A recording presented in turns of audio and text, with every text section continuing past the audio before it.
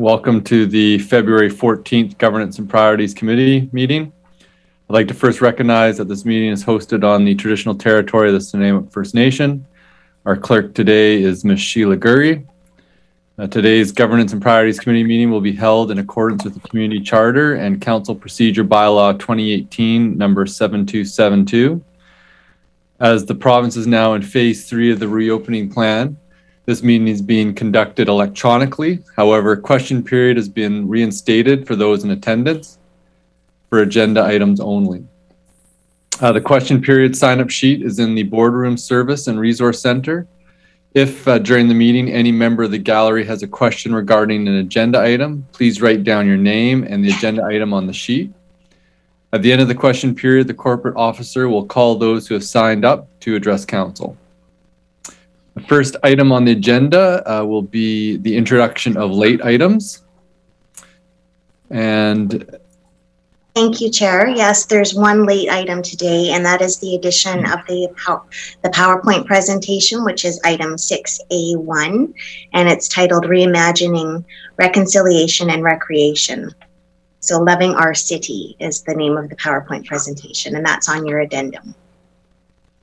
Thank you. Is there a motion to for the adoption of the agenda as amended? Moved by Councillor Bonner, seconded by Councillor Hemmons.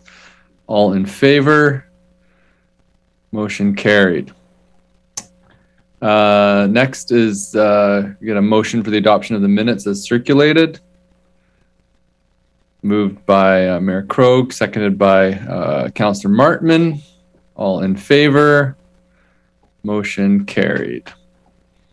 That brings us to item 5, agenda planning, governance and priorities committee agenda planning, to be introduced by Ms. Sheila Gurry, Director of Legislative Services. Thank you, Chair.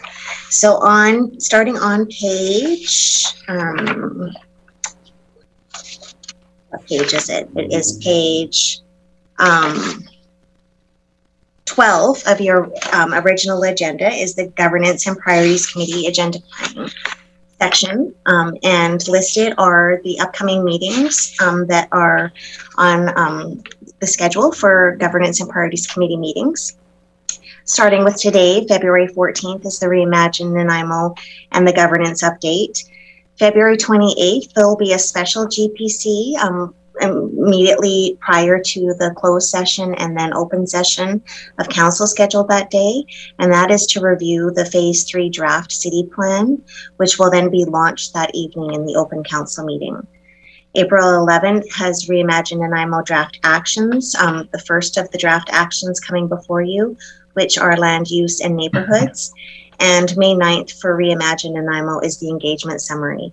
There could be some other topics that are noted on page 13 of the agenda, which are topics to be scheduled that are added into those. And Ms. Bhopal Singh, I'm sure, will go over a more detailed Reimagine schedule with you near the end of her presentation. So there are a few GPCs left in the remainder of this year, even though we're just started. There are none scheduled in August, and in September there is only one.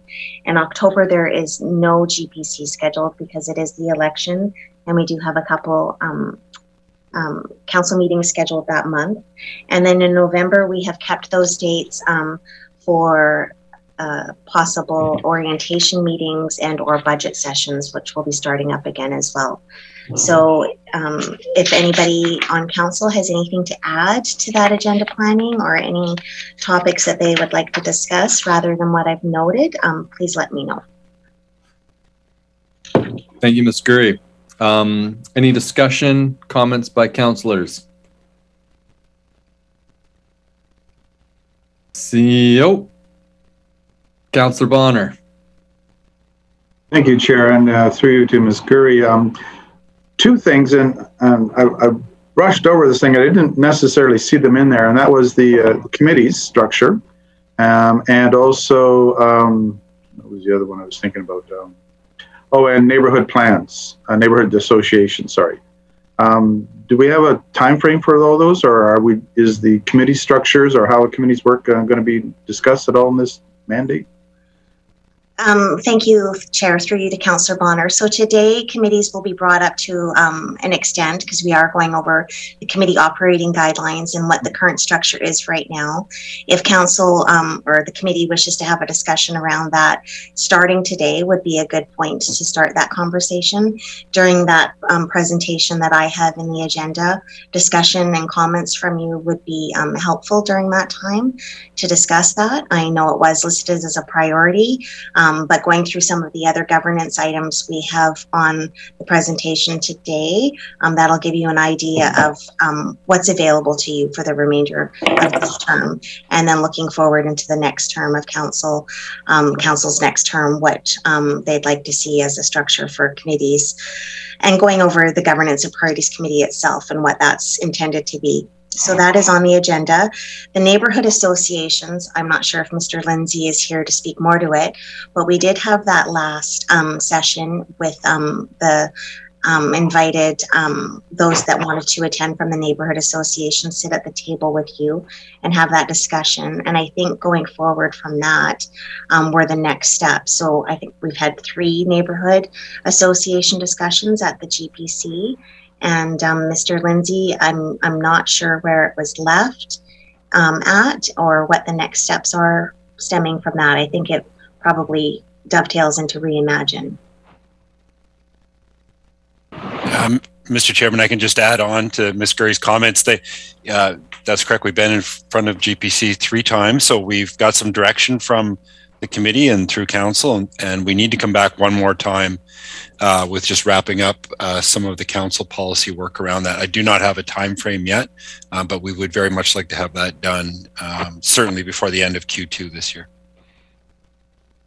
Yeah, my concern was just wrapping those 2 items up. Like I'm guessing eventually it'll just be coming forward to council as a policy, that sort of thing. That is correct, yes.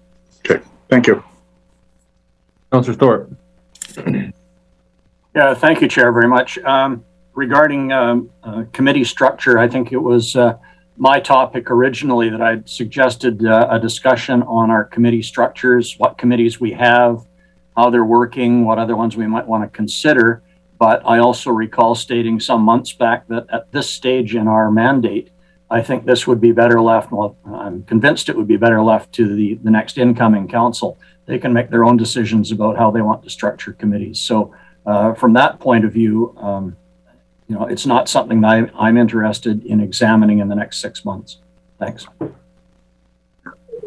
Just to that, Chair, through you to Councillor Thorpe, that is basically the way the presentation is kind of formatted today, is to go over our current structure, what you've done in your term, and have those ideas even just brought to the table for the next term and what this council foresees. But ultimately, at this point in your term, leaving it to the next council would be what I would recommend personally, but council can have those discussions and let me know your thoughts and ideas now.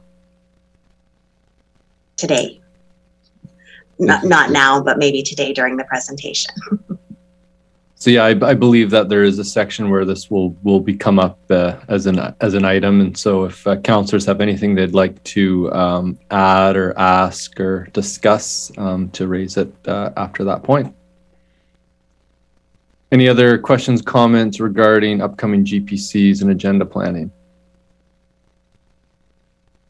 Great, seeing none, we'll move on to the next item, and that is reports with Reimagine and IMO, and Reimagining Reconciliation and Recreation. And this will be introduced by Mr. Lindsay. Thank you, Chair. Good afternoon, Council. Happy Valentine's Day. I'm going to be very brief here. I'm going to turn it over to Ms. Bhopal Singh. Excuse me. Ms. Bhopal Singh and Ms. McDonald are going to walk you through the presentation this afternoon. As you mentioned, on reconciliation and recreation are being the 2 themes. The intent is to be a very similar kind of workshop that we've done with you now 3 or 4 times on various topics in the plan, and then ending up today with an overview, as Ms. Gurry mentioned, about the timeline. So I want both council and the community to have a very clear understanding of kind of the next few months. And so we have a draft timeline with a number of times we're going to be back in front of this committee, and then when we anticipate being in front of you as council for consideration of the bylaw, right through to the potential adoption date in early summer. So we'll put that, make sure that timeline is put out in front of you, and happy to answer any questions on that this afternoon. So I'll turn it over to Ms. Bhopal Singh. And as I mentioned, happy Valentine's Day. And you may see a very subtle reference to that in her PowerPoint presentation this afternoon. Hi, good afternoon, Council. It's Goyle, and because of the nature of our topic, I'd like to start by acknowledging that I and my team are sitting on the lands of Nanaimo First Nation as we deliver this presentation to you, and acknowledge that the city's boundaries also lies to the north with other nations, including Snuneymuxw. So I'm hoping that everybody can see the PowerPoint fine as I've shared my screen. Yes, perfect, thank you. So today, myself and Ms. McDonald are going to take you through 3 topics. The first is truth and reconciliation. The second is recreation and wellness that Ms. McDonald will go through with you. And the third is where we're at with our phase 3 Reimagine process and timelines. So starting with reconciliation, I thought it would be good for us to pause. And one of the big things about a word like reconciliation, and even truth and reconciliation, is that it means many different things to different people. And this particular quote I thought was worthwhile highlighting. It was one I personally liked, and narrowed down to 2 things: respect and love. Now, of course, that's very broad, and there's many other pieces to reconciliation. I like to also think of words like trust, collaboration, partnership, other words like that. And so part of our role as we work through Reimagine with you and drafting our city plan is, what does truth and reconciliation mean for us as a city, and our areas of influence as reflected in our draft city plan. And so today we're going to outline some of the approaches that we're taking with the draft plan and provide you with an opportunity for feedback on that.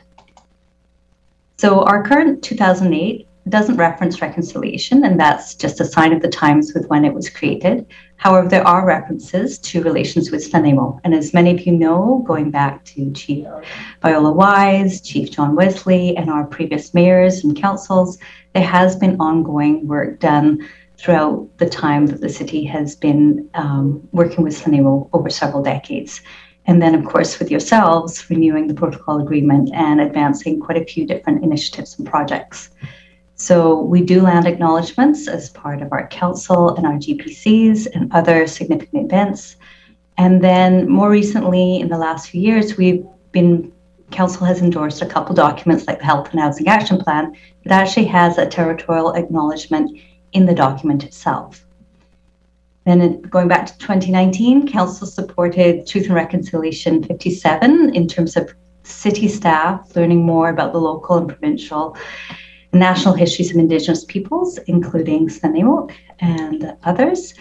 And just to let you know that as we go through the city plan review process, as some of you who have been involved more intimately working with Nanaimo and others, we are having ongoing conversations with our First Nations governments, and that continues during phase 3 and beyond. So our proposed approach for the draft plan that you'll be getting on the 28th of this month is that we continue to acknowledge the City of Nanaimo's boundary is within the traditional territory of Nanaimo First Nation, acknowledging their significant village sites and recognizing their Treaty of 1854 that also addresses those village sites. We also acknowledge respectfully to the north that Snuneymuxw has shared traditional territory interests with Nanaimo. And as a city, we will continue conversations with both First Nation governments to clarify and confirm the language in the draft city plan.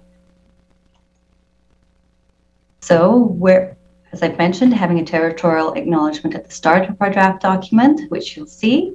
And then in speaking with some of Nanaimo staff, as we talked about, how do we go about incorporating elements of reconciliation?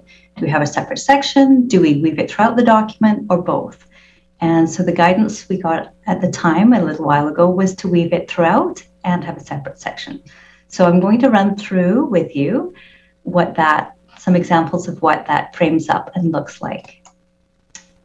So in the introductory language is some text about how the city is committed to the hard work of advancing truth and reconciliation through government-to-government relations and protocols. So this is reinforcing the work that you already do as a government, and this includes just working in a good way with leadership. And I actually really like this picture here, which was taken during the flag-raising ceremony with yourselves in Nanaimo Council. So the main section that addresses reconciliation is one section of the document is under the goal empowered, with a separate section on truth and reconciliation. And the desired outcomes are acknowledging that the city has ongoing planning and land that happens on the traditional territories of First Nations, respectful relationships between the City of Nanaimo and First Nations government. Other desired outcomes, having a fully inclusive community that supports the well-being of a diversity of cultural backgrounds, especially Indigenous peoples, recognition of the TRC or Truth and Reconciliation Commission's 94 calls to action where the city has impact or influence, and in overall improving community cohesion and Indigenous belonging through education and awareness of the culture and strengths of Canada's Indigenous peoples, with a special focus on the nations whose territory we are on. So again, emphasizing much of what you'll see in the draft emphasizes what you've already been doing as a government, G2G with Nanaimo, and ensuring that there's updates and respect for future and existing protocol agreements, collaboration on projects of mutual interest. And one clear piece that we've had guidance on is approval by First Nations government on any city public art or heritage projects with Indigenous content on their traditional territories. And so reinforcing that we have heard that consistently and respect that from Nanaimo First Nation. Then we also want to acknowledge our urban Indigenous community. For those who are watching, maybe not so much our council and staff, the Canadian Constitution acknowledges 3 distinct groups of Indigenous peoples: First Nations, Métis, and Inuit. And in addition, in Nanaimo, there are many Indigenous who live off reserve or away from their home communities. So woven through the plan, we have an equity and inclusivity approach, and that is there to address the needs of different groups, including Indigenous, who have special considerations and engagement that we want to make sure are respected. And so that is also in the plan. And this includes encouraging diversity awareness to build a culture of compassion and inclusion for people of all cultures, orientations, ages, and abilities, incorporating an equity lens into land use and planning decisions and resource allocation, creating a welcoming and inclusive atmosphere in city-owned facilities where all people feel safe, comfortable, and represented, supporting welcoming newcomers and encouraging their awareness and understanding of the First Nations governments and their peoples, as well as other Indigenous peoples, and encouraging programs that create employment opportunities and link diverse and underrepresented groups. So that's just a sample of some of the policies that we currently have in the draft. And then working with First Nations to support and encourage partnerships and initiatives to improve the health and well-being of all Indigenous community members, including those represented by the Métis Nation, Inuit, and other off-reserve peoples. Then we have our own pieces, which is reinforcing what Council has directed us around awareness and education for city staff, and also expanding that out to community. And with your support on September 30th, that event honoring National Day for Truth and Reconciliation was an example of our partnership with Nanaimo and the school district to really bring that education and awareness wider out to the community. And then looking at how we can work in other ways with First Nations governments to honor the children lost and those impacted by the residential school system. Now, we also have some draft examples that will sit in our integrated actions plan. Some of those are looking at traditional place names, putting that in signage and public spaces, collaborating on significant days, as I've just mentioned, and training opportunities for staff.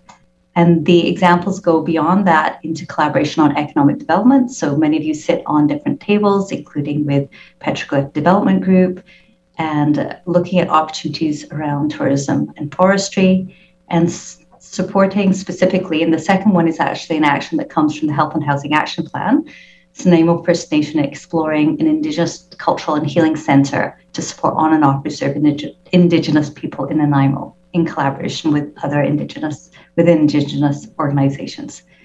So, and then also some specifics about continuing discussions with Nanaimo about collaborative use and maintenance of, in this case, one specific property, which is 100 Comox Road, adjacent to Maffeo Satin Park. So these actions, while they don't sit in the city plan, are linked to it in terms of implementing some of the intentions of the policies and goals. Then the culture section, so you can see we really have incorporated throughout all the different departments and the work that council has endorsed in different ways, woven through this draft plan, different elements and themes that concern reconciliation. So in the culture section, looking at celebrating and honoring the culture and recognizing First Nations governments and their traditional territories, working with First Nations governments, schools, and others to promote opportunities for the participation of children, youth, and other underrepresented groups in ways that build community resilience and well-being. Archaeological heritage, of course, has an important component, and again, looking at how our aim is to have First Nations cultural heritage recognized and protected in keeping with their protocols, working with our First Nations governments to ensure that existing and new interpretive signs and other heritage information reflects their stories, and working with First Nations governments to identify and understand sites of special cultural and traditional significance. And some of these examples of honoring territory here at Stinleelap or Departure Bay are partnership projects between Nanaimo First Nation artists and the city. So that's just one example there visually. And then, of course, community events and gathering, which I've mentioned before. And our first one for our first National Day of Truth and Reconciliation was on September 30th. And this year, we also have council support to do that, as well as National Indigenous Peoples Day. And there are other opportunities as well, like the North American Indigenous Games and Tribal Journeys. And as some of you may know, unfortunately due to COVID, Nanaimo First Nation had to cancel the Tribal Journeys that they were hosting. So hopefully that will happen again in the future, and we will be able to work alongside them and support them in that effort. So another important piece is you're all aware of succession and parkland and park amenity management, and looking at effective co-management of parks of significance to First Nations and looking at partnership opportunities. So, and what you have there is a picture of some of my team, many of whom have moved on to other positions, but was one of the staff training events of awareness where we had a tour of succession and a learning opportunity. So some of the things that council has directed us to do and that have been in the works since 2019. And then under the goal prosperous, looking at collaborations with First Nations governments on looking at placemaking, investment attraction, tourism, and business development. And many of you have been involved with different tables, looking at tourism and partnerships, and continuing to explore those opportunities for First Nations government investment in partnerships related to Indigenous tourism and business and cultural and sporting events and other ideas that may come up. Recreation and wellness and emergency management food security also contain references to working collaboratively and supporting the resilience of our First Nations governments and their peoples. One specific area I'm going to highlight is the ongoing relationship the city's had with Nanaimo relating to emergency management, including fire services agreement, shared training in emergency response and recovery, and all those preparedness activities. And then we also have some wording in our food security plan that was endorsed by council about encouraging collaboration regionally and with First Nations and neighboring governments to look at food security needs at a regional level.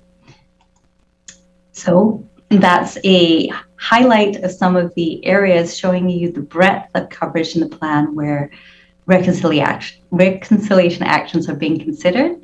And our next steps are ongoing conversations with Nanaimo and then also as appropriate Snout-Nowas, and then from that, seeing where we go, and then of course formal referrals. But we hope to continue the ongoing informal conversations about the content of the plan. So I will pause for a breath there and see if you have any questions, comments, concerns. We're not going to do a Zoom poll because we have a fewer topics and a bit more time with you today. So Great. Thank you, Ms. Bhopal Singh. I see some questions here. We'll go to Councillor Armstrong and then Councillor Bonner. Go for it, Councillor Armstrong. Thank you. When you're talking about, when building the reconciliation plan, are we talking about the fact that in Coast Salish history that everything we do needs to go through SFN first? Everything we do is in all aspects of city business? No, on all aspects of anything involving Indigenous. Government to government, the approach we've taken here is that the nation whose territory we're on that's dominant, that we start with them first. And for the majority of the city, that's Nanaimo. And then we have some overlaps to the north with Snout-Nowas, and waiting for some guidance from both Nanaimo and Snout-Nowas how we deal with those northern sections. But the dominant or predominant presence and relationship is definitely Nanaimo First Nation. And I think that's reflected in the protocol that Council has with Nanaimo. I'm not sure, Councillor Armstrong, if that answers your question. What it is, though, we came into issues when another Indigenous group wanted to do something and it hadn't gone through SFN first. So that's my concern. Yes. When Indigenous groups know that from a city perspective, anytime we deal with anything from an Indigenous perspective, it's been our policy that we will refer to SFN first. So I guess that was my question. Yes, that's correct. So if we get, for example, maybe an Indigenous nonprofit or another nation who isn't land-based here, we absolutely do follow Nanaimo's protocols and guidance. And that's actually reflected in the approval policy around Indigenous art that tells a story that needs to go through Nanaimo protocols. Awesome. So we've tried to, thank you. We tried to reflect that in the language. No, that's great. Thank you. Thank you, Councillor Armstrong. Bhopal Singh, Direct Councillor Bonner. Hey, Chair, and through you to Ms. Bhopal Singh. In part of your slides there, you mentioned an equity lens. Could you give me an example of what that looks like and what one would see once you've looked through the lens? And what would happen? Okay, so I guess I don't have an exact quote of what an equity lens is, though we will have that in our glossary. And so that's looking at, as you know, through Reimagine, we had done some demographics work, looking across our city at trying to get good representation. And when we know there are groups who, for different reasons, are marginalized, either historically, perhaps through colonization in the aspects with our First Nations and other Indigenous peoples, or because they represent other minority groups because of their orientation. An equity lens means taking a view of how do we raise up those groups so that they have opportunities that the city can influence, whether it is something like making sure that we have good investments in parks, youth and well-being, opportunities in parts of the city where we know there are diverse and underrepresented groups, and that we're providing those amenities in a way where people may not be able to access cars, can basically have a chance to meet their needs. So looking at that from an equity lens, instead of just saying, okay, across the city, we're going to have so many people within distance of a recreation center, we might look at it and say, okay, we have a part of town where we know we have youth or children who suffer because they have lower socioeconomic opportunities and their families have smaller incomes. What can we do in this area to ensure that those children and youth have equitable access to the services they need to raise them up compared to perhaps other areas of the city? if that's a good way of framing it, but that's how we see an equity lens being played out. And then also making sure another way of an equity lens is also looking at, in terms of inclusivity, is if we know that there is a group for whom they have different challenges or different people with disabilities, are we providing information or ways for them to participate and engage in our parks and our trails?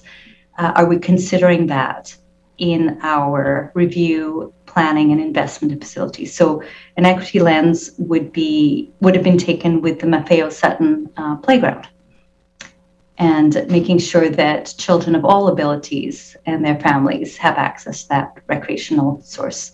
So I don't know if that's too much of an explanation, Councillor Bonner. No, it's fine. Thank you. My other question was in terms of on and off reserve, and I know you mentioned it in your first statement when you first mentioned it, but not all Indigenous people have reserves. As an example, I'm Algonquin, as you know, and we don't have a reserve. So I'm neither on or off. So and there are quite a few and quite a large number of people who don't have reserves, and there's also the question of the Indian Act and what it did to disenfranchise Indigenous people. So I think maybe a more broader context of that might be worthwhile. Again, you did refer to it in your first statement there, but your last one was just those who are on or off reserve, and I'm neither, and so many are. Thank you. I'll take a look. I'm wondering if that was one of the ones. I'll make sure that we reflect that consistent with the earlier policy statement you're mentioning to be more inclusive. Thank you.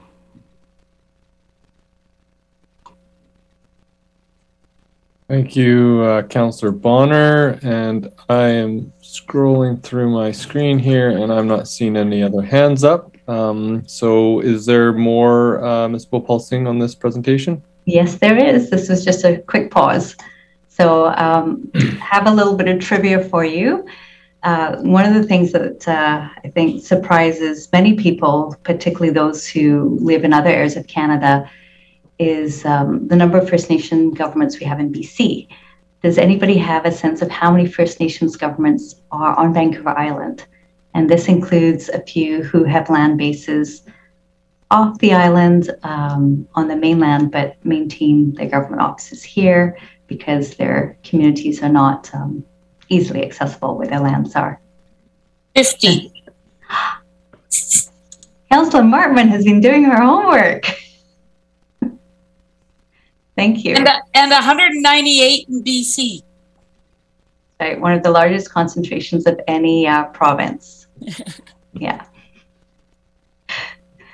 Okay, thank you very much. So we're going to move on, and I'm going to hand you over to Ms. McDonald for a presentation on recreation and wellness, which will include an update on accessibility and inclusivity.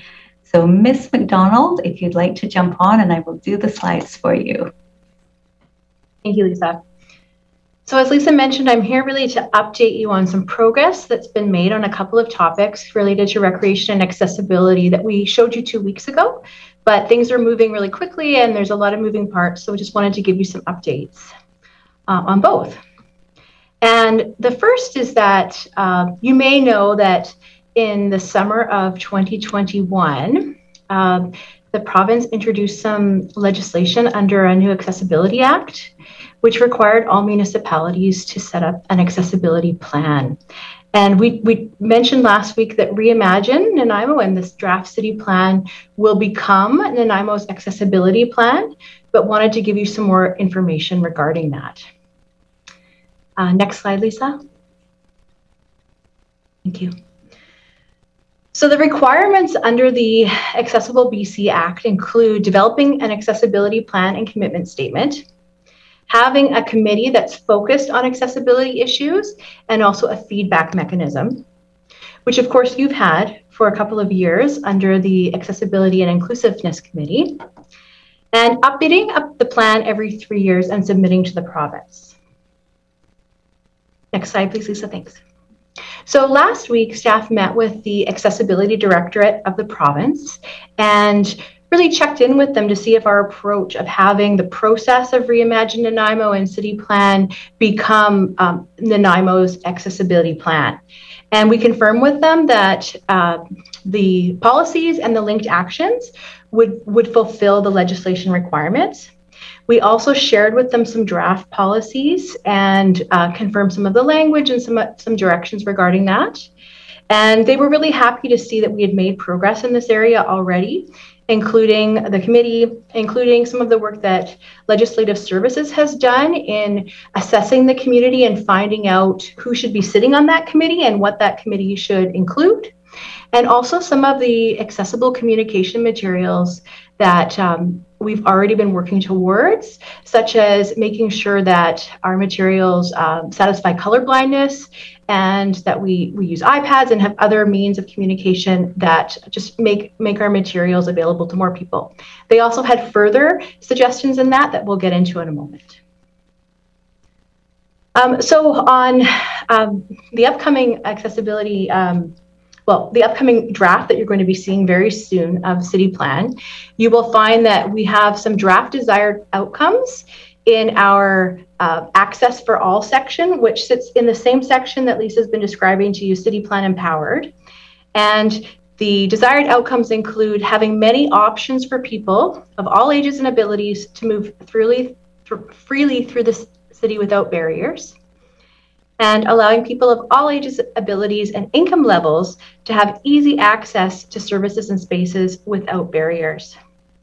And we've also drafted policies under these 5 categories that you see: administrative, parks and recreation services, recreation programs, land use and development, and mobility and transportation.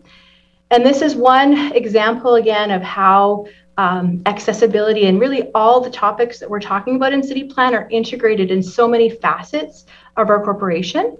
And so we've organized these policies under these many integrated sections.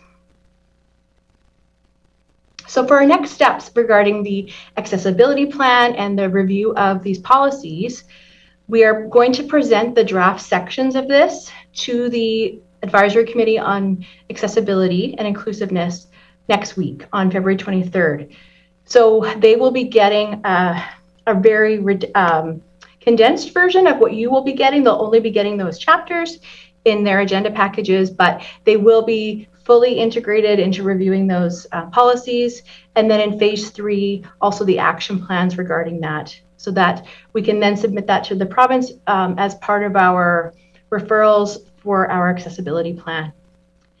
And we'll also be testing the approach with the public of this integrated accessibility plan through phase 3.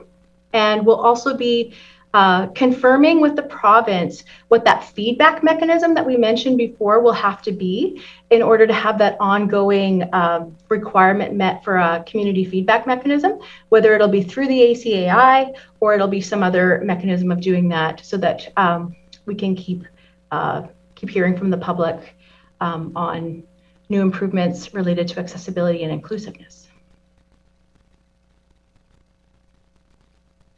So that's it for the accessibility section. Lisa, should we check in just about that? Because we're moving on to quite a different topic, just to see if there's any questions regarding that approach. Great, yeah. Do any council members have any questions around accessibility and inclusiveness? Councillor Thorpe and then Mayor Krogh. Thank you very much, Chair, and thank you, Kirsty, for your work. I'd just like you to comment on this aspect, because I'm sure it's one of the challenges with our recreation department in terms of our outdoor facilities and accessibility, in that there are some places where we certainly want as many people as possible to have access to it. But on the other hand, there are certain trails, excuse me, or more remote parks where we possibly don't want to be paving a trail all the way through the wilderness, because we want to protect the environment, protect the natural state of the environment. So I just wonder if you could comment on that challenge of balance that I'm sure you're faced with. Yes. We do have policies regarding balance. Actually, that's the word that we're using in the draft plan. And the approach would be more to try and provide a option that's accessible where possible, so that people can, for instance, in a case of a natural park, they can get in and experience something or see something, but it's not realistic that there will be completely accessible routes throughout a nature park where we have a variety of wilderness trails and other amenities. But we do know that we can do a better job, and this is something that's reflected in the action plans, of posting that information, for instance, at a trailhead, so that people realize when they get to a site where the barriers might be and what is universally accessible, what is partially accessible, and maybe what is inaccessible. So we hope to work towards having better communication materials at either online or in other forms before somebody gets to a site, and certainly at a trailhead so that they know what that might be. For instance, so that somebody doesn't take their electric chair around Westwood Lake, run out of batteries around the back where they find that they can't get up. There's one hill that really precludes access around the entire loop. Although most of the loop is accessible, we wouldn't want someone to get around there and then realize that there's an unexpected barrier along there. So that's just one example, but we're trying to have options where possible for people to be able to have an accessibility, to still get in and experience part of what might be special at a place, but it is not realistic to have accessibility at all our facilities and all our parks throughout the community. No, I appreciate that. Thanks very much. Crow. Thank you very much, Kirsty, and thank you, Chair. I just wanted to ask, are you in touch with other communities and how they've responded to the Accessible BC Act and sort of getting a sense of where we're at? I'm hoping to give you an opportunity to brag a little here, because my sense is from the outside that our committee has worked very well with a lot of enthusiastic support and membership. I see Councillor Martman nodding sagely, so I'm going to take that as a confirmation of what I've heard. So if you could just comment on that, I'd appreciate it. Sure, just briefly, the legislation is quite new. It was just released in the summer. And when we spoke to the province, I don't think that they mentioned there's anyone that submitted fully a plan in BC yet. A lot of people are working towards a plan, but definitely they were impressed with the progress that had been made. And both Sheila Gurry and Lisa were sharing with them what we have already been doing as part of our best practices, really, not because of the legislation. Mm-hmm. And they were very happy to see that. Thanks very much. Mr. Harding. Thank you, Chair. Ms. McDonald answered everything there quite well, but just a couple of things, just building off what Ms. Bopal Singh mentioned, and then Kirsty on this section. And then as we get into the recreation section, it is Council's decision to create the Accessibility and Inclusive Committee has really helped us throughout the corporation look at a variety of barriers that we don't always think about. And so using that lens and using that committee has really helped us in a variety of ways. We know we can't get it all, but the positive impact or an input from the committee has been extremely helpful to us. Thank you. Through the chair, I can't figure out how to raise my hand and control PowerPoints, so I'd like to add on to what Ms. McDonald, Mr. Harding said. When we asked the Accessibility Directorate for some examples, they didn't give us any that were close to home. They were out east. So we got the sense, and they gave us a good portion of their time, and they will be joining us actually at the next Advisory Committee on Accessibility and Inclusiveness on the February 23rd to present the Coles Notes of the Act to us, and to give the chairs and the committee a chance to ask some questions. So given that they haven't handed us a plan from anywhere else in BC, I'd say that we are instinctively, through the work of the chairs in the committee and our work with them through Reimagine, I think we're kind of paving an interesting path forward. So. Wonderful, thank you. Okay. The next section is really just providing you some more details on some items that we glossed over a little bit 2 weeks ago in regards to integrated recreation and wellness services. And the first is really looking at partnerships and how our community will be moving forward in an integrated way through partnerships. One thing we've realized through this process has been that it's getting harder and harder to assemble large tracts of land. So for future facilities, we'll really be relying on partnerships at a multiple of scales.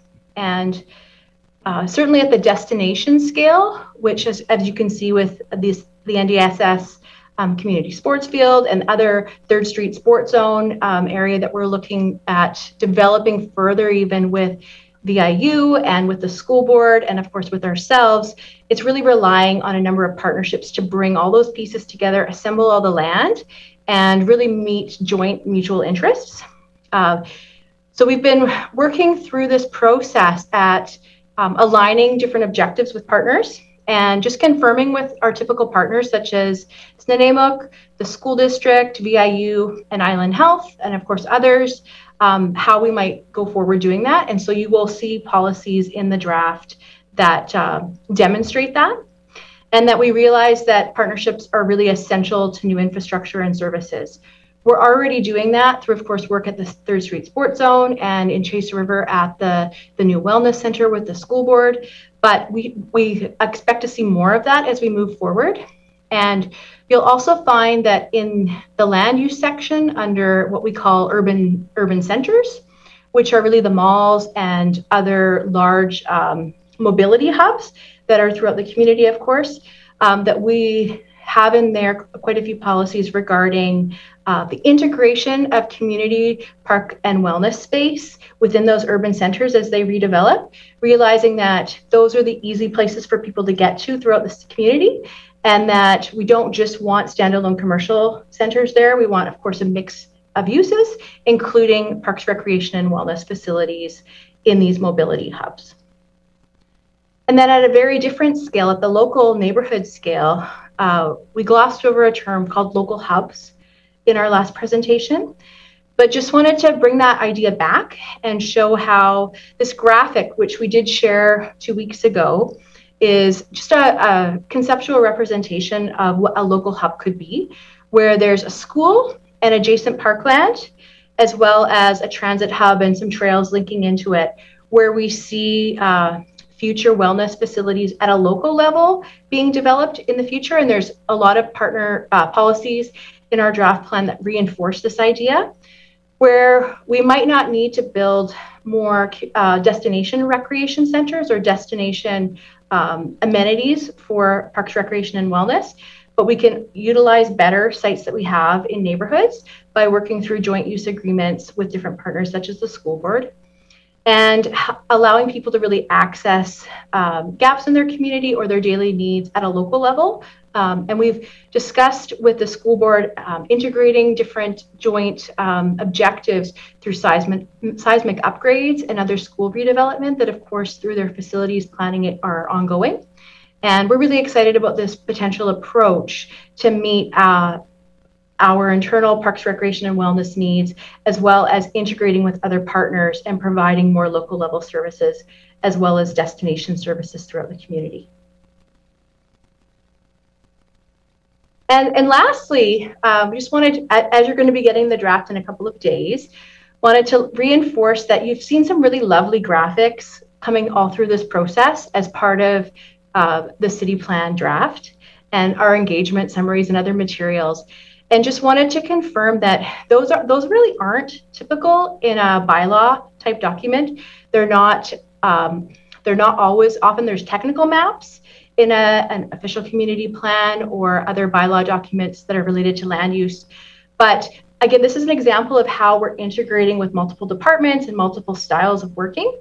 So in open space planning or in different public space design, certainly using different visuals is pretty standard.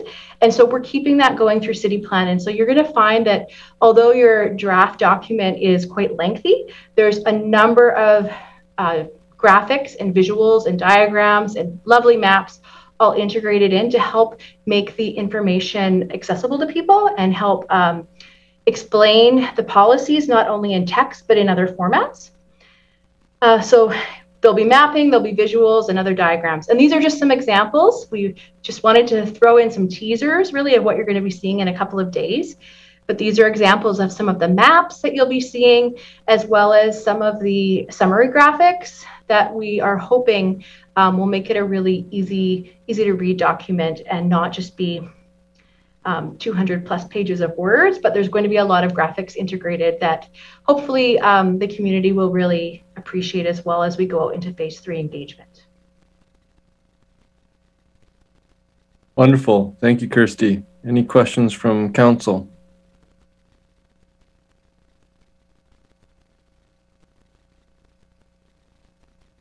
Seeing none, looks like things are tracking well, and thank you for the tremendous amount of work going into this, and we look forward to seeing the draft when it comes. Okay, so through the chair back to me, and just want to thank Kirsty for all her work and the rest of the team that you don't get to see standing behind myself and Kirsty.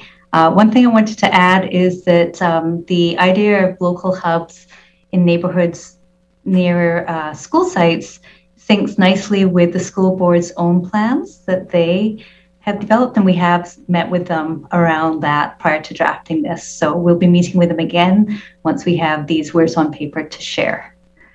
So now we are into phase 3 engagement and timelines. So as part of the engagement, one of our key opportunities and something that's very important is with the high levels of engagement in phase 1 and 2 is that we reflect that back in the draft and in our engagement, show people how their words and their preferences and all the time they've spent giving us feedback can be found in the draft city plan and the directions. And then also as part of that is considering all the directions that council has given us through endorsing different plans, whether it's the health and housing action plan, food policy of range, age friendly. And then the other theme around engagement is we are still somewhat shockingly, I might say, in COVID times and having to adapt back and forth. And I think we had really hoped that by now, phase 3 was going to be something where we could be in person in a more, I don't even want to say normal way, maybe we keep talking about new normal. So this is just a reminder of what council has had us, has supported us doing. And I think so many other jurisdictions just chose not to do any big projects like this because they didn't know how they were going to manage with the engagement. And I think collectively through you, through our teams, we've had a pretty massive engagement effort. And then as we come down and start narrowing down with this draft plan, we have to show the community how their words get reflected back. So I won't go through this all, but this is again a reminder, and it's in our phase 1 summary and phase 2 summary. What are the key things that people told us they were concerned about, interested about, what they love most about Nanaimo, top 3 things people love, and maybe today, Valentine's Day is a good time to focus on that. Access to nature, parks, and open space, and that just skyrocketed during COVID.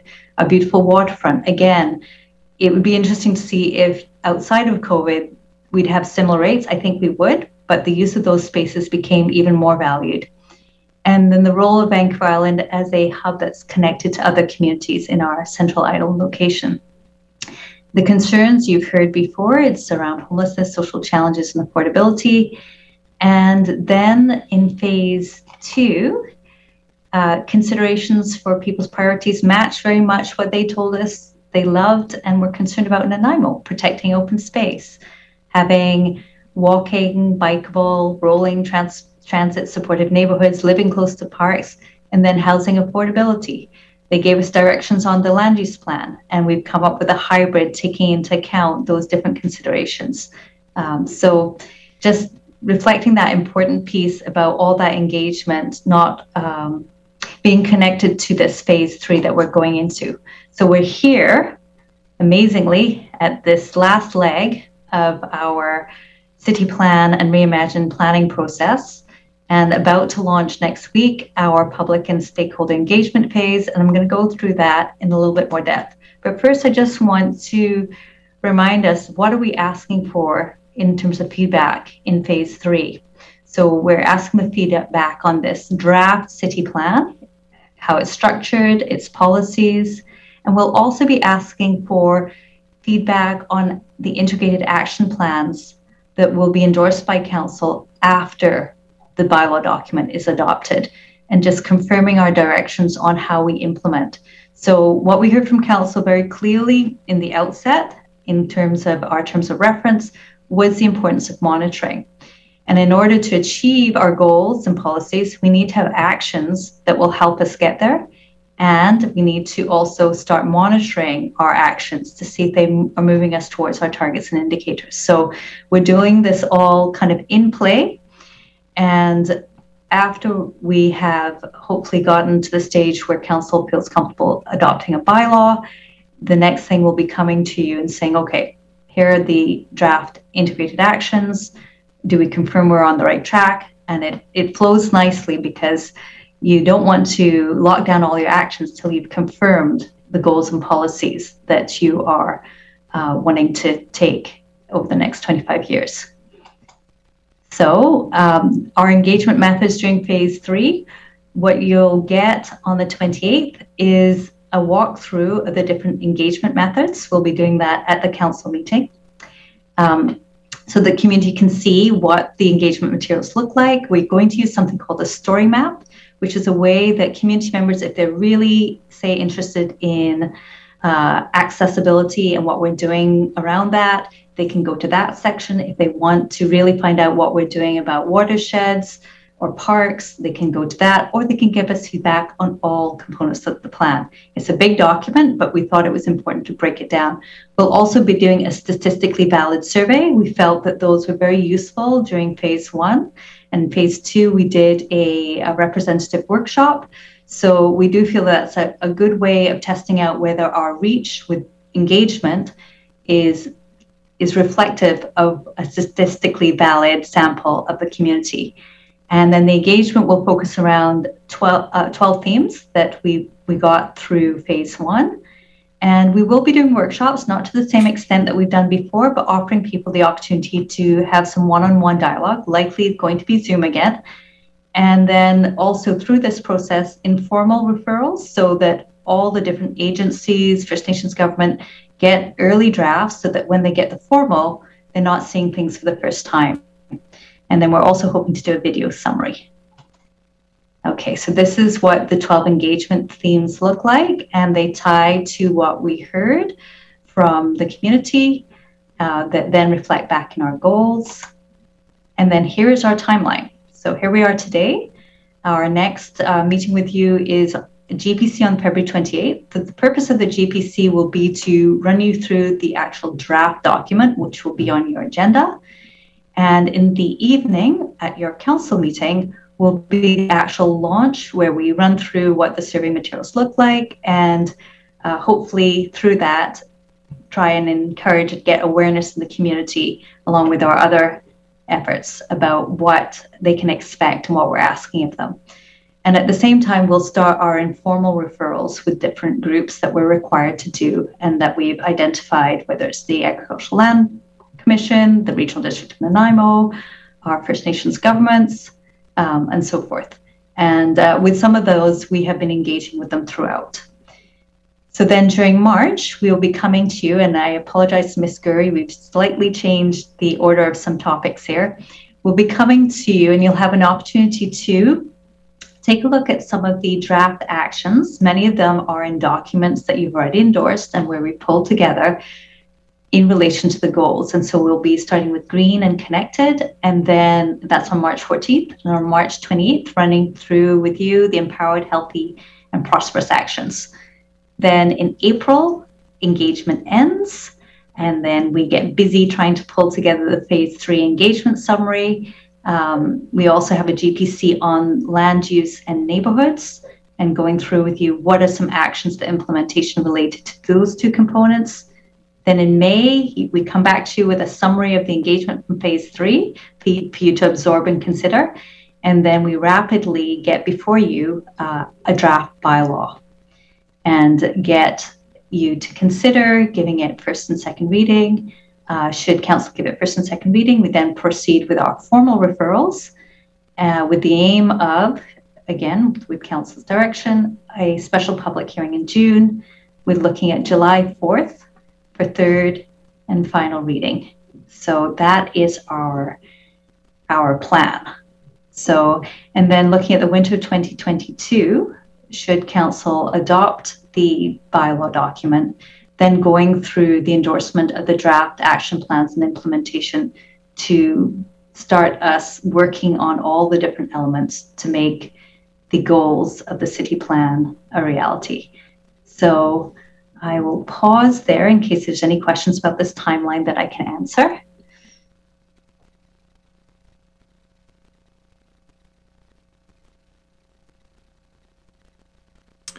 Any questions for Ms. Bhopal Singh?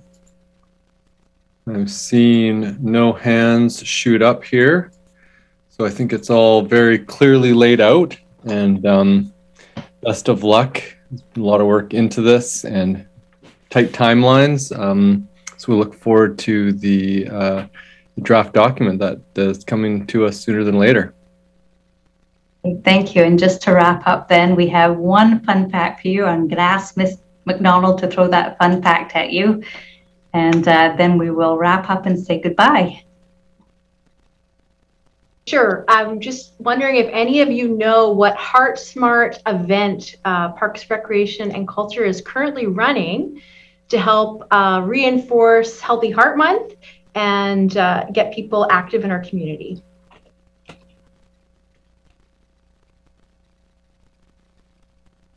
No guesses? Not seeing any hands shoot up.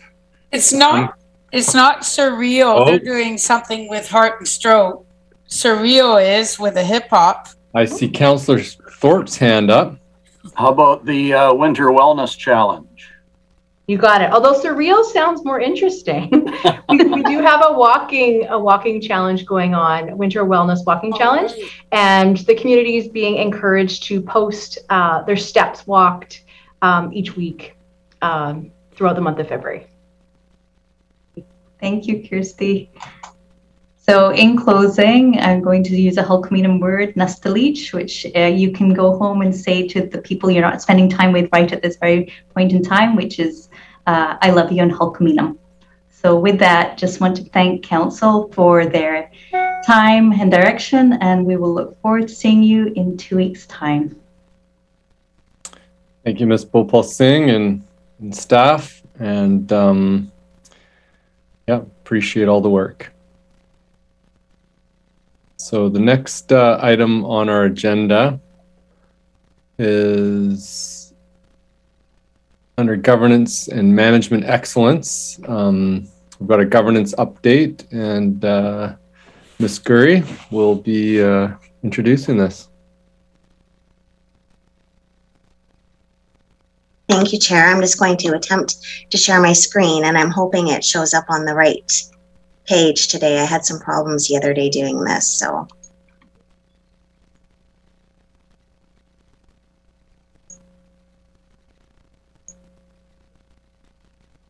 Is it showing up as the PowerPoint, or are you seeing a notes slide at all?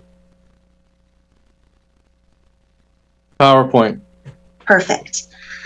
So hello again, everybody, and thank you for having me here today to provide a governance update. We try to provide you an update on governance at least once a year. It's a good practice to have. And because Council has made it known that they have prioritized governance excellence as one of the 4 themes in their strategic plan, and that as part of your term, you were wanting to set that really solid foundation for governance excellence throughout your term. So once a year, it's nice to have a little refresh, and we'll go over a few topics today regarding governance. So providing you an update and an overview on governance, going through committees and committee operating guidelines, as I noted earlier, A little bit to do with electronic meeting management, because that's very relevant and has been a foundational part of our governance in the last couple of years due to COVID, and covering the 2022 general election. So that is the agenda for this session today on governance. I hate following Ms. Bhopal Singh because her and her presentations rock. And so now on to I think it's an exciting topic, but some may not think it's as exciting as Reimagine, which is pretty good stuff. So first, governance excellence.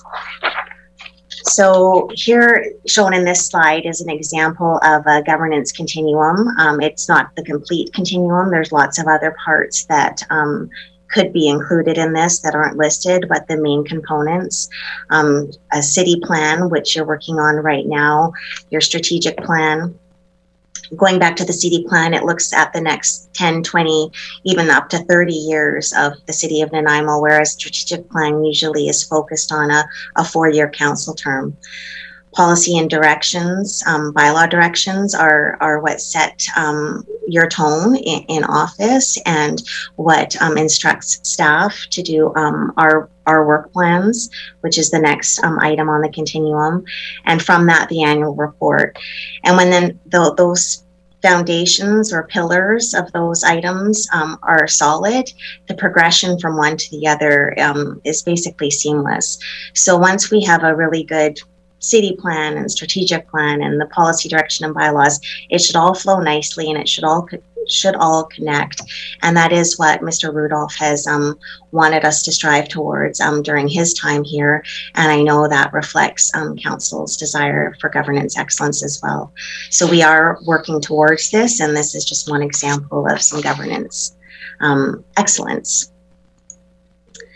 Some examples that we have to provide you here, that we do here, and that Council has directed us towards doing. This isn't an exhaustive list by any means, but we obviously take great care for our council and committee meetings as part of that governance excellence continuum. Electronic document and records management system, or EDRMS, that has been really prevailed throughout your term, and we've been working really hard to complete that. Bylaw and policy renewal project, freedom of information and privacy management. We've taken great strides in furthering all these along into governance excellence. In finance, we do fulsome budgeting sessions and business planning on an annual basis. And again, this doesn't even begin to describe all of the work that is done in these areas, but these are some foundational pieces. In information technology, there's current and future technology that we're working on and towards, again, for that foundation. Security and risk management are always top of mind. And in human resources, some foundational pieces there, labor relations, recruitment, health and safety. So all of these form part of governance excellence and contribute to achieving that goal. Broken down a little bit more for bylaws and policies. Currently, what we've done and been working on our bylaw in the bylaw and policy renewal project is over 6,000 bylaws have been entered into a registry and the status updated. So that was a grueling project that staff have been working on, but all of them entered in, all of them the status of where they're at, and the next steps will be bringing forward bylaws that need to be abandoned or repealed and replaced. Bylaws have been reviewed and renewed throughout the project. Up until this point, you'll see a number of bylaws that have been on your agendas to date, and Ms. Robertson's been working with other departments to ensure that those bylaws are current and reflect best practices. 100% of council policies have been entered into the registry and all entered into a new template, and council repealed over 100 policies that were no longer relevant. And the next steps in that policy process is bringing forward current policies for amendment and renewal. So some things to look forward to that will be coming to a council meeting near you soon are the council spending and amenities policy that needs some updating. to allow for council to attend conferences and training outside of what the current policy allows. So you will no longer be required a motion to do that, and it'll set your training budget annually. And also a renewed council code of conduct policy and or bylaw that will be coming forward based on the amendments that are coming in the legislation going through right now, and will be brought into regulation and or the legislation soon. So Ms. Robertson is working on bringing that forward to you, and it's pretty exciting and interesting stuff. And I think that'll bring this term for you all full circle, where you came in and you wanted to ensure that this governance had the integrity and ethics that you all saw was needed, and this council code of conduct policy and the changes we'll made will kind of bring that all full circle and maybe complete what you had in mind at the start of your term. The administrative policies, those are the inward facing policies internally, have been 100% put into the new standardized template, and the review is underway right now with Mr. Rudolph to repeal redundant or no longer relevant administrative policies, and the remainder will be again reviewed and amended as necessary. So huge headway has been made in this project, and I always say to my colleagues, it's like a really dirty closet that's getting cleaned out, and it feels really good to have this done and that foundation set. And so any questions on that part of the presentation so far? I don't want to do all of the talking, so please feel free to jump in and have a conversation if you want. Councillor Bonner has one, I see, Chair. I'll just jump in, Chair. That's okay.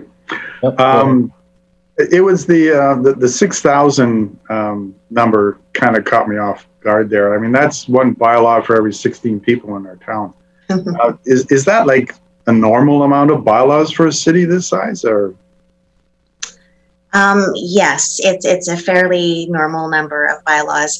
This goes back to the start of time, so it's not all current bylaws that are in effect, but bylaws that one repealed another, and tracing back the history. So some that have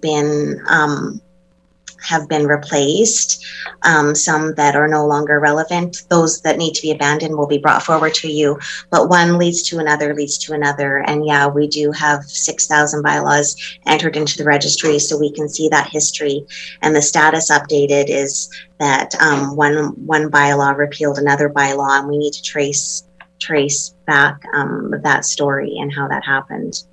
So that's 6,000 bylaws in the registry, but not necessarily 6,000 bylaws that are actually working active bylaws. Yeah, active.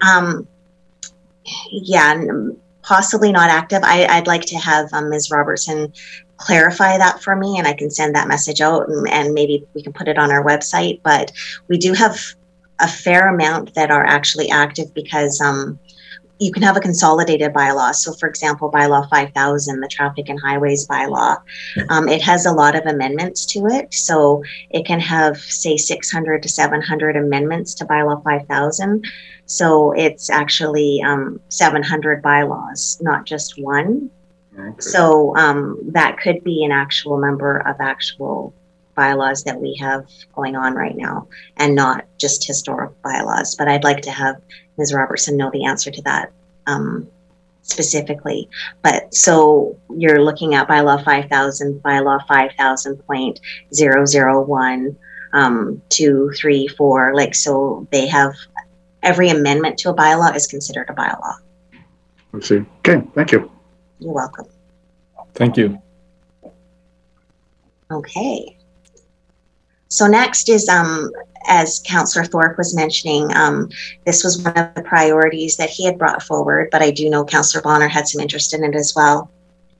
And going from some comments I heard from Councillor Thorpe, most of it I thought you were looking to leave for the next term and next council, but I wanted to provide this opportunity for feedback and information for you all, as well as get the committee operating guidelines updated. So that's what this portion of the slides and presentation I have are about. So I'm just going to catch up to me on this. There we go. So this slide right here shows an overview of this council's committees and task forces that you have had throughout your term and the alignment with the strategic plan and the governance and priorities committee. As noted by Ms. McDonald and Ms. Opal-Singh in their presentation, your advisory committee on accessibility and inclusiveness is wonderful to have in place, because with the Accessible BC Act that just came into effect in the summer, local governments will be required to have such a committee. So you have been progressive and ahead of the game with having that. And from the meeting with the directorate for the accessibility at the province that I attended last week, I think you are leaders in that respect, and that they were really excited with all of the initiatives that we have taken to try to make our local government and our services accessible and have that inclusivity lens that we like to put on everything inwardly and outward. So that's a goal that we will continue to try to reach, but this council was, I think, leaders in having that committee established when it was. This next slide is focused on the Governance and Priorities Committee, which again, I think was one of the progressive moves that this council has undertaken by establishing a Governance and Priorities Committee to allow for in-depth discussion and debate on a variety of topics. And it was intended to be the focal committee of council. I know that we have done a lot of trial and error, and I've really appreciated council's like desire to get it right and to keep trying until it becomes or became the committee that you had intended to begin with. And I know it's not quite there yet, but I do appreciate you keep trying to make it what you had originally envisioned. And then just a note on how committees should only really be created on a need and in accordance with the council's strategic plan. And I know I've said this in previous committee presentations that I've done for you, is that that a committee doesn't seem to work from what I've seen if it's established in order to just have a committee. So committee just to have a committee, there's usually that that need to actually explore something in depth and or that can't be accomplished through the Governance and Priorities Committee, or is actually furthering that foundation of governance excellence. So I think that they should be well thought out and actually necessary, because they could start on a high note and then dive, and it's also like dive because they've just run out of steam, and it's really hard to get that level of commitment from people to attend committees and to really commit to the topics for long periods of time. So they shouldn't be make work projects, I guess is the word I'm looking for. So a list of your current committees, if we've talked about the Advisory Committee on Accessibility and Inclusiveness, the Environment Committee, Finance and Audit Committee, Governance and Priorities Committee, and the Mayor's Leaders Table is a current committee we have. Other committees, legislative bodies, is Design Advisory Panel, Board of Variance, and the Special District 68 Sports Field and Recreation Committee. Some other ones that you've had throughout your terms that have now completed their mandate are the Economic Development Task Force, Health and Housing Task Force, and the Mayor's Task Force. So all of these task force have completed their mandate, but now they have turned into other things. So the Economic Development Task Force is now going to be the Prosperity Corporation. Health and Housing Task Force has now turned into and produced the SPO, which will be coming out in the next year. The Mayor's Task Force on Recovery and Resilience now has led into the Mayor's Leaders Table, which will be completing its mandate, I think, in June and coming before council then. And then a different view of the history since the start of your term in October 2018 through to April 2021.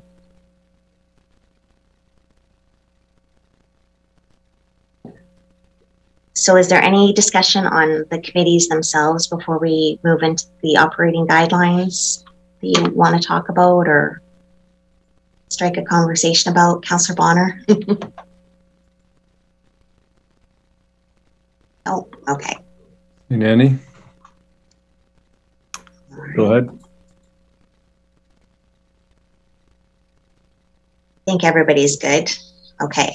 I mean, I would have a comment just on committee. Yeah, I think, you know, this mandate for this council is coming to an end, and I think that this will be something taken up by the next council to see how it organized. In terms of the governance and priorities committee, you know, and there's been a process of getting it right. I do feel that enough of the processes are in place where it's a flexible enough structure that, you know, it's really dependent on council's initiative in terms of bringing new ideas or putting items on for discussion that need to be there. And it's set up now that, you know, it's wide open for whatever council decides is a priority to discuss, and it's up to us to use it that way.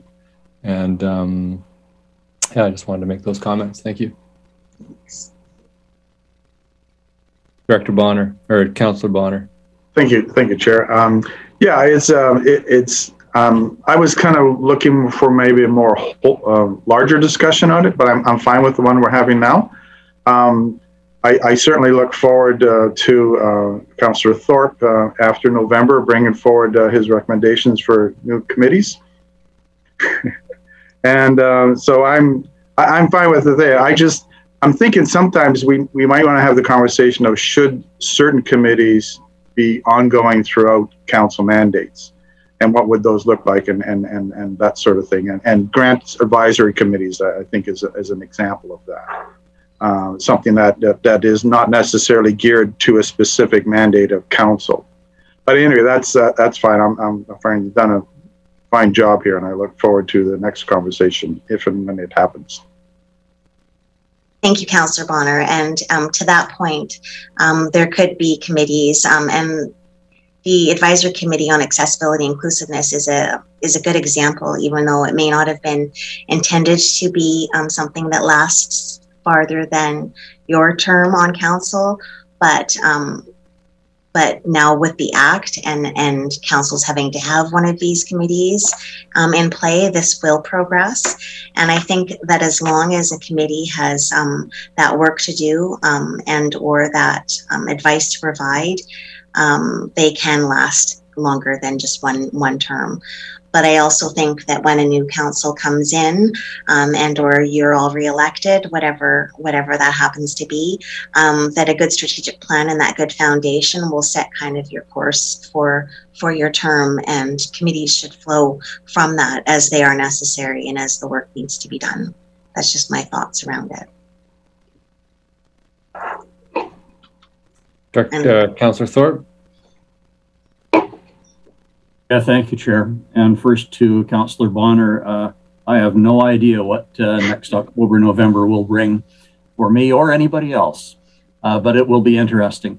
But no, my thoughts quickly on this topic is that I was really curious to see how the GPC would develop, and I'm satisfied that it's filling a good role, and it's flexible enough, as the chair I think just said, that we can use it for a variety of topics, and I'm quite happy with it. Beyond that, I guess my general thought is when we started our term, we got advice from Mr. Cuff, and he was quite adamant that we should be reducing the number of committees that we previously had, and we took his advice, and I think on the whole it's been successful. But I think looking ahead, whatever the strategic plan of the next council looks like, for me, committees flow from that. And I think Ms. Gurry just basically said the same thing. And so if there are certain pillars, 4 or 5 pillars from a strategic plan, I would see that each of those pillars should have some type of committee with public representation attached to it. And I do feel that there are a couple of gaps that we've done away with committees, and maybe we should look at reinstating those. But those are just very general comments of where I would be heading if I was involved in a more fulsome discussion. Thank you. Thank you. Thank you, Councillor Thorpe. And not seeing any other comments, so we'll move on. Thank you. Thank you, Chair.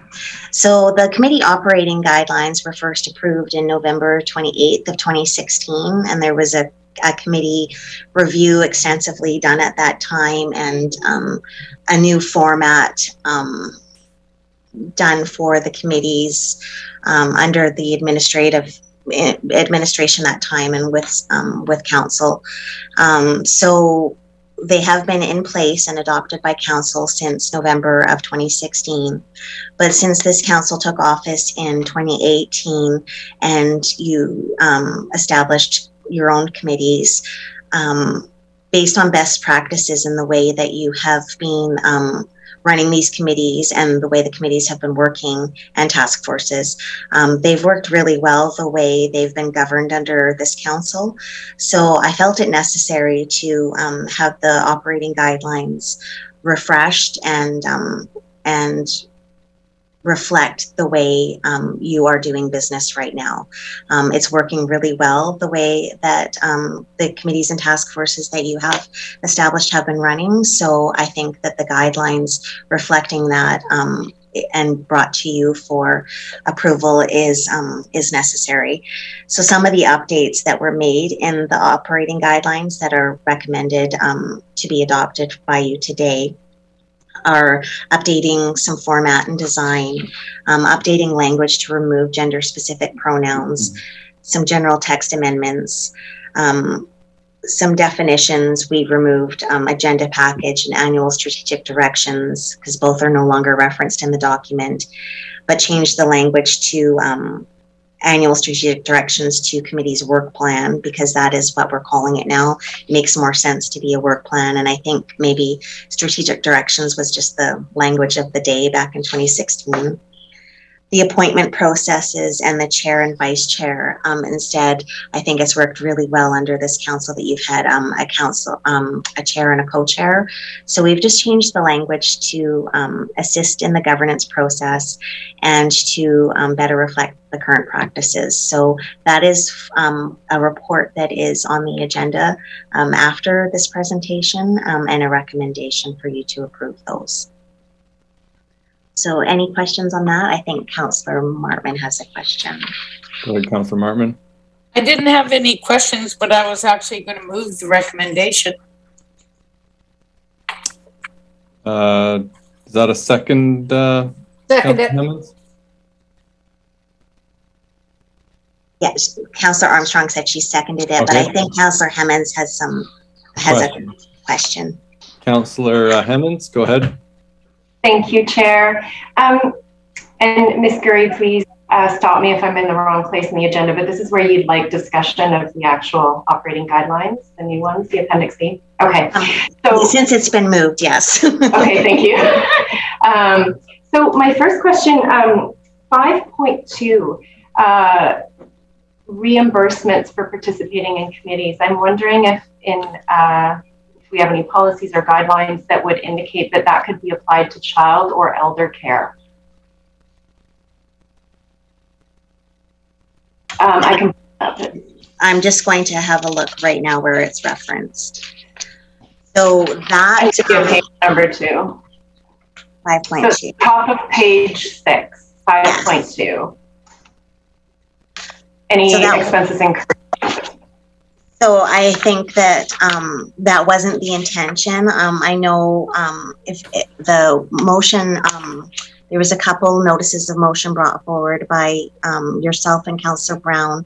One spoke to these guidelines that I wanted to speak with the language around the terms of reference, and that every terms of reference will reference not unlike the Accessibility and Inclusiveness Committee, where it's looking for all walks of life to join these committees. I can't remember the exact language, but it was really good in that terms of reference. So that has been incorporated into this. But the childcare reimbursement and or what you're speaking to, Councillor Hummins, I think we were going to address it in the council remuneration process that we kind of quashed during COVID, or council quashed during COVID, to put off. So it's not addressed here. It could be on a one-of basis, but that wasn't, I believe, the intention behind this language as it stands right now. Okay, so thank you for that. My recollection is that this conversation in terms of committee representatives receiving some sort of, childcare or elder care fees, it doesn't have anything to do with council remuneration. It really is strictly, in my mind, for community members who want to participate but have either children or folks they're looking after, and that's a barrier for them. So personally, I'd like to see that changed, and I think growing on that, and perhaps a solution to that is the 8.5 section, which talks about, I'm just going to pull it up. It's the bottom-ish of page 7. In making appointments, council should consider the following criteria. And again, I'm not against moving it as is, but I think, borrowing from Ms. Bullpulsing's earlier comments, does this language really apply the equity lens that we're seeking to apply? And I'm not sure that it doesn't feel quite strong enough for me. However, if we had, I imagine childcare or elder care is not going to be an issue, but if we had that opportunity for one-off committee members to say, yeah, this would help me go, then I think that's what I'm looking for. And that would actually operationalize the kind of loosier-goosier pieces that we're trying to do in 8.5. Yeah. So just my comments. I'm happy to vote in favor, but those are some concerns I have. Thank you. I definitely see your points, and I think, like, having heard them now, that regardless of if you approve this current version right now, I think that could definitely be discussions that I'd like maybe to include during the budget process for the first topic of the child care and elder care.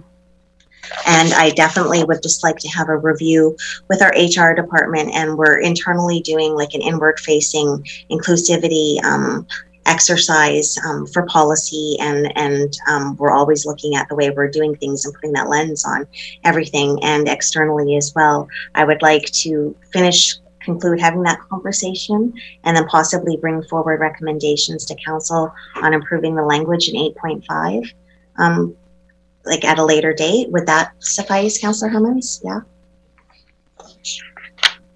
Just a point, Councillor Armstrong, I see you there. I just for clarity, 8.5, like in the document, appointment process, in making appointments, council should consider the following criteria.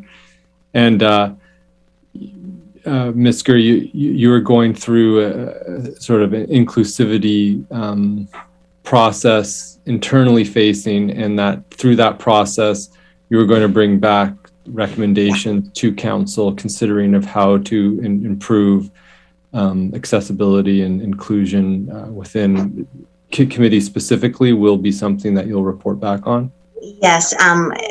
Yeah, we'll need to look into that further. Right now, E is what we have added that was in the Advisory Committee on Accessibility and Inclusiveness terms of reference, where it says diverse representation to ensure the committee reflects a broad cross-section of individuals is what's been added to the criteria that council should consider when looking at applicants. We do have to be careful, and we've had, when the terms of reference were reviewed by all of the committees, to get their approval before getting council's approval, just to see if they meshed. There was a lot of talk of having those specific criteria for women or for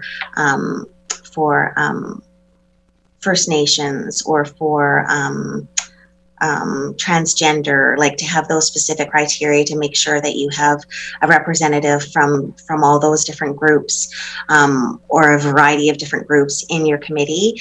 But in a sense, that could be in breach of the Human Rights Code, because you're excluding, by including, you're excluding others, or you could have others be upset that they aren't included, or you're always running at risk of missing somebody that you haven't named. So we're trying to leave it broad, but I think Councillor Hemmons is saying she'd like it to be a little stronger. So we could look at that and what our options are and bring that forward as an improvement in the future. Okay, thank you. Councillor Armstrong. Just to follow up when it comes to the payment of committee members, if we're going to pay for one, we have to pay for all. That's my viewpoint. You know, some people require a nurse, which is $100 and some an hour. Some might just need a babysitter, which might be $15 an hour. So how do you regulate that? How do you deal with that? So I think that's a big issue. If we're going to go down that road, I think we have to be really careful on that. How do you make sure there's not an abuse of the process, that somebody's claiming something that they don't even require? So I think that's something that has to be really seriously looked at. I know that other communities went away from that because of the abusive process. And what they've done is North Van is they've just provided one daycare staff available for that. And my understanding, it hasn't even been taken up upon. So I think we need to really look at that carefully when we do that, because we have to look at abusive process and where do you draw the line at what cost factor. Thank you. Thank you, Councillor Armstrong. Councillor Bonner. Thank you, Chair. I'm trying to figure out how Councillor Hemmons figured all of my questions and comments I've written on my paper here, because she pretty well asked everything I was concerned about as well. I'm trying to figure out a way to do this. I'm listening to what Councillor Armstrong has just said, and I think it's worth the try to create the equity that we need, and it's worth going down that path, not just say, okay, the heck with it, because somebody abused it over in Vancouver. To me, is not the way to go. I think what we need to do is go down that path and figure out how to make it work. So I'm trying to figure out how do we include an equity lens to bring people forward. And I'm doing some research right now on affirmative action and how it works. And sometimes the question is, maybe it should be a tiebreaker. So in the event that both individuals are of the same caliber and same experience, then the tiebreaker goes to a person who is Indigenous, or the tiebreaker goes to a person who is a female, sort of thing. Because if we rely on the natural progression of equity, it will be generations long after we're gone, where we'll get to the point where equity exists, or equality exists, as I understand it. So I think it's worthwhile going down that truth. The other thing is, there's no really reference to Indigenous ways of working, Indigenous ways of communication, Indigenous ways of running things. And I think that's worth a while. When we had our conversation regarding the governance structure of the SPO, there was a whole section there on how we were going to solve disputes and what arbitrator we were going to bring in and all this other stuff. And I said, this is not how Indigenous people do things. They just sit down and talk it out. So we literally took it all out and we said, people will sit down and they'll talk it out. So I think those are, it's worthwhile to maybe ask some elders how some of these things might work. So I don't have an answer to this. I'm not an expert on this anyway, but I think it's, since we are on this topic, I think it's worth going down the journey to see if we can't do better in going forward. So that's my little thing for today. Thanks. Thank you, Councillor Bonner. I've got Councillor Martman and then Mayor Krogh. Thank you. I'm just wondering, when we're talking about the expenses, on page 6 of the operating guidelines, it does say that the city will reimburse a member of the committee, and we're not looking for councillors, we're just looking for community members. The expenses have been approved by the staff liaison.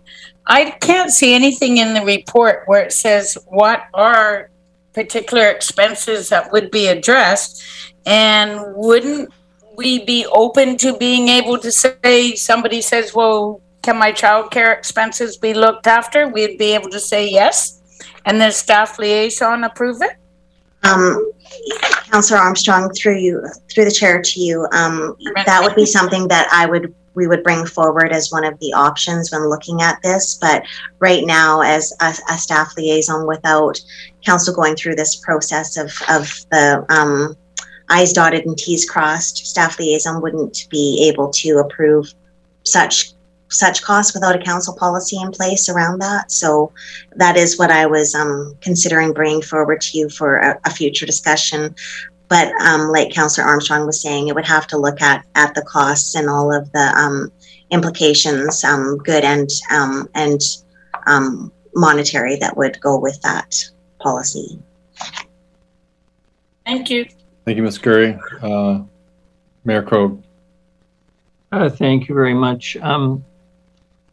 I appreciate the desire to achieve what has been referred to as equality, equity, et cetera, but you know, how do you define that? And is it some sort of static goal where you reach nirvana and say, right, we've got a population in Nanaimo where 5% identify as Indigenous, so you know, we need 1 in 20 committee members to be Indigenous, and if we do that, that's inherently a good thing and will be a better functioning committee, or people of color, or whatever, or what level on the economic scale are they? You know, a highly paid professional with 3 degrees making $300,000 a year, or are they a server in a restaurant that doesn't get many tips and makes $30,000 a year? And what's the goal here? I mean, that when you have to get into these kinds of complex ways you think of achieving something you believe is important, with great respect, I'm more interested in the people who want to serve on the committees, who have the desire to do so regardless of how they identify in terms of gender orientation or whatever, in terms of color or culture or class or educational status. You want people who are anxious to do the job. And if you have to create a structure in order to ensure that somehow you meet this goal, firstly, you're making an assumption in many respects that if you're a woman, you think a certain way. If you're a person of a certain color or culture or religion or level of education, that there is some incredible commonality to your thought processes or who you'll represent. I'm not convinced there's a problem here that's worthy of a great, of a significant amount of work or staff time. Candidly, you know, the council before us first identified South or Asian council member, first identified Indigenous council member. You know, pretty. That was as far as I was concerned as a citizen of Nanaimo, good choices, Nanaimo. Well done. You know, it made us a much more diverse looking council, at least on the face of it. But candidly, I don't really think the end result is necessarily positive for the voters. I mean, as I've said this before, and I said it when this topic came up a couple of years back, if we or us as a council or any of us aren't satisfied with what we believe is the representation in any committee or in council for that matter, surely it is our obligation not to somehow create a structure or a path or something that may attract people. Surely our job is to go out and do what political parties and politicians and leaders have done since time immemorial. Recruit people who are capable and able and bring the plus. As Councillor Bonner said, you know, you've got 2 qualified people and one of them is Indigenous and one of them is Caucasian, and you've got a council filled with Caucasian people. I think that's an easy choice for me. I think we all know what the choice would be. But surely your job is to promote, find, and encourage the Indigenous person, if that's your desire, to be to take on the position. I just I think it absolves us of our responsibility as leaders if we don't do the promoting ourselves. Anyways, I'll leave it at that. You can tell them I don't have much enthusiasm for this discussion generally. I think it doesn't solidify the community. It doesn't really promote much either. Thank you, Mayor. I've got Councillor Bonner and then Councillor Hemmons. Thank you, Chair. I guess the goal is that we no longer have conversations like this anymore. So it's not necessarily because we're there. To the mayor's point, and I agree with a good chunk of what you're saying there. I just know that in our society that has been male-dominated for the better part of 100 and some odd years, even more, right? That the institutions and everything that exists is to encourage a white male dominated going forward, right? So unless we put items in front of that to encourage that to not be the case, it's incumbent on us as individuals. And it's not whether or not I want someone on a particular committee who's Indigenous or Black or what the case may be. It's whether or not the corporation, the city, our community wants that. So yes, I will go out and encourage people who are diverse to and get into politics and stuff like politics and committees and things along those lines. But I think that should be the goal of the institution itself. So that's my little rant. I hope other people pop into this because I do think this is a conversation that needs to take place. And if people are uncomfortable with it, oh, it's tough luck. Okay, thanks. Bye. Thank you, Councillor Bonner. Councillor Hemmons. Thanks, Chair, and thanks to the Mayor for his comments. I agree with a lot of them. I am having flashbacks to a previous conversation at this table. And I think we still occupy the same spaces. You said that it's maybe not our responsibility to build structures, but I will say I had the pleasure of attending a presentation by Scott Saywell and Joan Brown of Nanaimo on Friday night, and he reinforced for me that leadership is it's about using your power to elevate the voices that have been historically not able to participate in the same way. And so I'm not asking for staff to go away and work 1 billion hours on this. I'm just asking council, do we like that 8.5 section, and do we really think it brings the lens of equity that we just in our previous conversation with Lisa Bhopal Singh said that is important to us? So I'm just pointing out perhaps a contradiction in this, and as I said, I'm happy to see it go through and happy to kind of see it evolve, because this is a conversation. We'll never reach the point where we all agree on this, I don't think. So thank you, Chair. Great, thank you, Councillor Hemmons. Got Mayor Krogh and then Councillor Thorpe. Thank you, Chair, and I'll be very brief. In response to Councillor Bonner, half the cabinet members of the province of British Columbia are female, and many of them are people of color, et cetera, et cetera. It seems to me that if we'd had this conversation 20 and 30 years ago, I probably would have been much more enthusiastic for the concept. But in 2021, people of ability, of incredibly diverse backgrounds, are achieving positions in our society, both in the private and the public sectors, which weren't common many years ago. And with respect, I think we're almost fighting last year's battle, or talking about fighting last year's battle, at the very time we are surrounded by people who are just getting on with it and doing it, and we're all saying bravo when it happens. And that's because they are the kind of people who are willing to take on the task to shatter the glass ceiling or to do whatever is necessary, including, with great respect, members around this council table. Thank you, Mayor. Councillor Thorpe.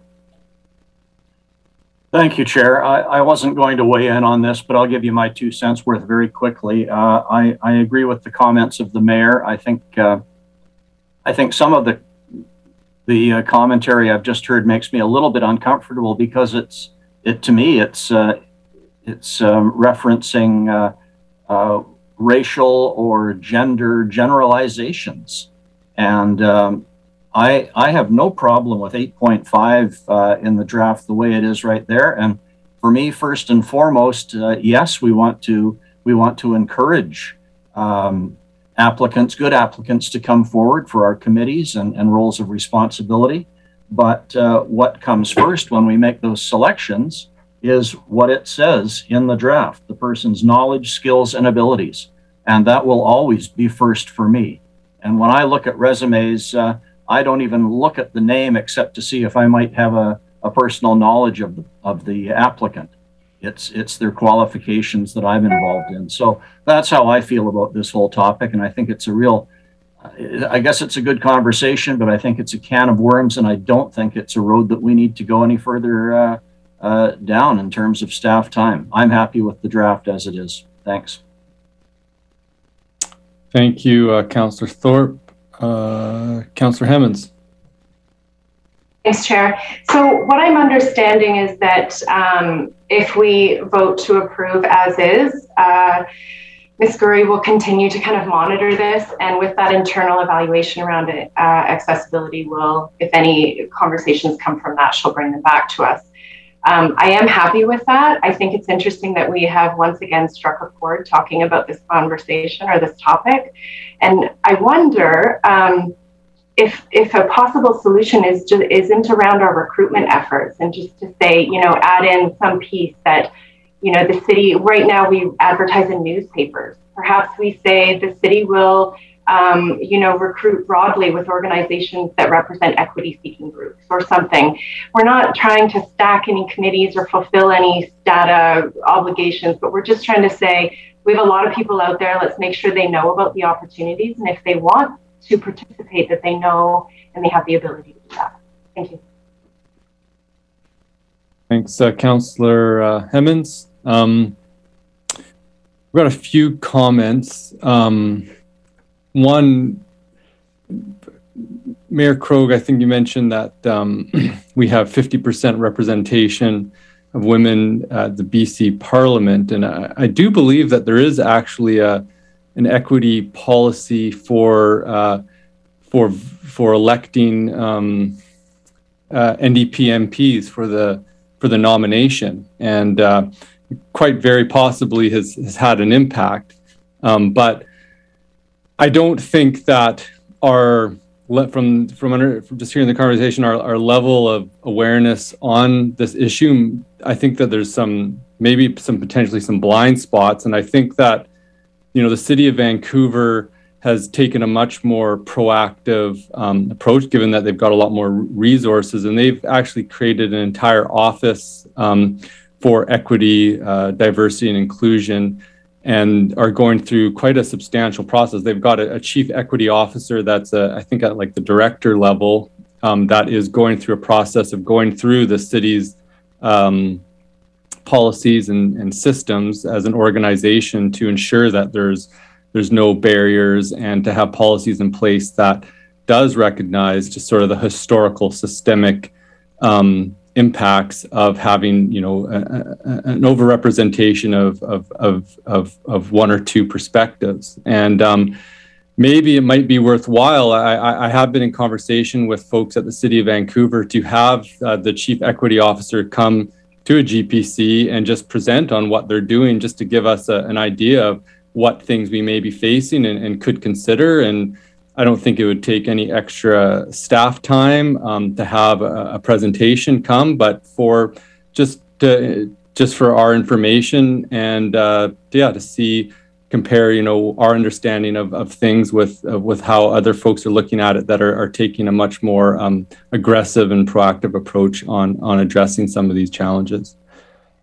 I'm curious if there is any interest from council to potentially have a presentation from the Equity Department in Vancouver. Ms. Gurry. Thank you, Chair. I think that would be an excellent opportunity. Possibly once staff we're just in the middle of actually planning a session internally with senior leadership team to plan out our day, our work retreat day to do with inclusivity. And we have a few on staff that have been involved. Mr. Harding from Parks, Recreation and Culture, and as the staff liaison for the Advisory Committee on Accessibility and Inclusiveness. I've had an interest in it as well and did a policy course, and my policy was actually inclusivity. So looking at things through that EDI, equity, diversity, inclusiveness lens, and who's at risk for inclusion, and the list for those at risk is quite long, which is what